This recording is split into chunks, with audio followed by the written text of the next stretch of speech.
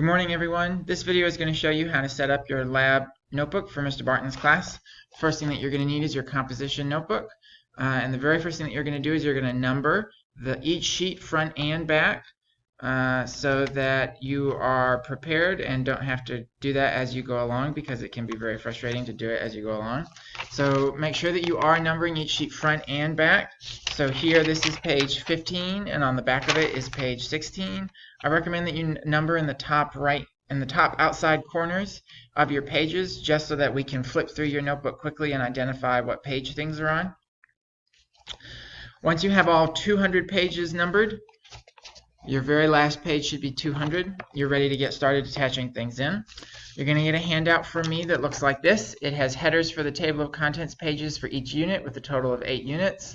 The first one is a little special because it contains an entry for the table of contents itself, so that you don't forget that and have to go back later and try and figure it out. So you're going to cut out each of those boxes so that they look a little something like this. They are sized correctly to fit just in your composition notebook, so you don't need to worry about trimming them or doing anything extra. Just cut them out along the boundaries printed on the page. You're going to grab your notebook and you're going to apply glue along this large white space at the top of the page all the way across, and then you're going to set in that header. Again, it's sized correctly to fit. If you need help lining it up, there's a black line on the printout right here that matches up with the red line on the page of the composition notebook itself, so that will help you guide things in place. We're just going to pop that down and glue it in place. I've gone ahead and done the remaining units. Again, make sure that you are taking advantage of the back side of each page. So Unit 2 is on the back side of the page where Unit 1 will be, and Unit 4 is on the back side of the page for Unit 3, so on and so forth. Once you have that set, we're also going to go ahead and create your chemistry reference tables. These contain information that you do not need to memorize in order to be successful in chemistry, because it will be provided for you. They are 2 sheets of paper. So you're going to find the sheet that has page 1 on it. Look in the bottom outside corner for the page numbers. Here's page 1. It has at the top of it the title, Chemistry Reference Tables. You're going to take that sheet and set it down on the table so that page 1 is down, and then you're going to find the periodic table of elements. And you're going to stack that on the first sheet so that the periodic table of elements is up. So when you have your 2 sheets stacked, you should be able to see page 1, and then when you turn it over, you should be able to see the periodic table of the elements. You're going to fold that in half, hamburger style, so that page 1 is on the outside, and crease. Once you have that done, we're going to take staples and run them down the crease, boom, boom, and you'll be left with a book that looks like this.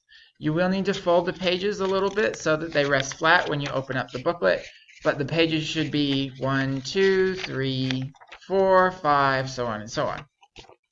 As soon as you have your reference tables made, make sure that you put your name across the top of page 1 and possibly also across the top of the back side. There's going to be a lot of these floating around, and we want to make sure that each person has their individual copy. These reference tables should be with you all the time so that you have them in order to do your work for chemistry. So we're going to create a way to store them in the lab notebook. Open up to the very back page, page 200, and grab hold of that top corner with the numbers on it. You're going to fold it back towards the binding and back towards page 198. So you're going to line up the edge of the page with the binding of the composition notebook, and then you're going to crease it over. So it'll create a diagonal fold across looking like this. You're going to put glue inside of that fold so that it will stay in place.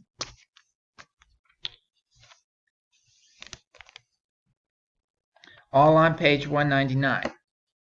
Okay, so there I've applied my glue to the inside of the fold, and then I'm going to press it down so that it will stay.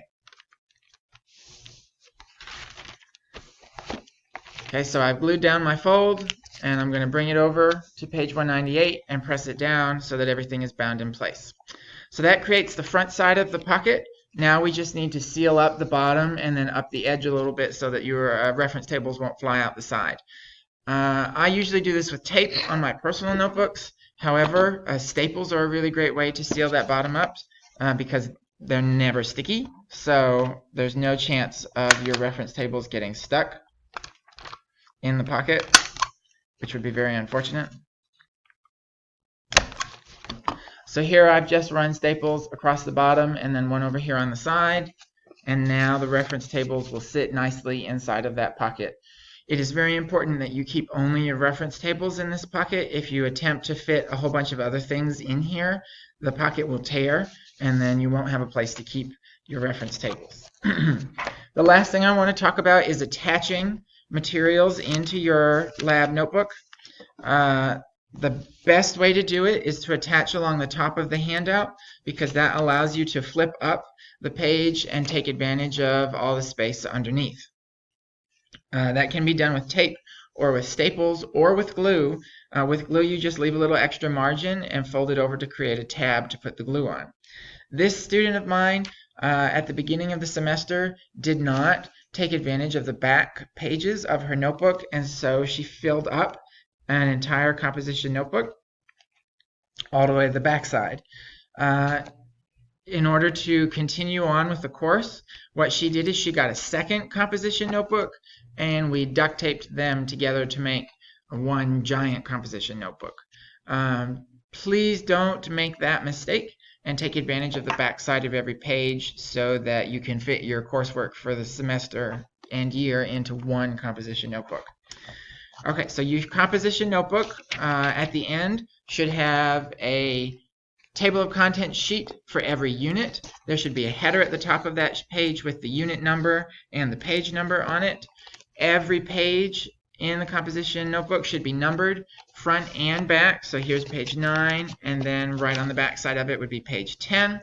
And the back side of your composition notebook, there should be a pocket that we created with the last page, page 199-200, by folding that over and then attaching it to page 198. Inside of that pocket will live your chemistry reference tables and no other documents. If you have any questions, please don't hesitate to ask Mr. Barton. He's happy to help you do this fun arts and crafts project at the beginning of our semester course so that you can be successful. Thank you so much and have a great day.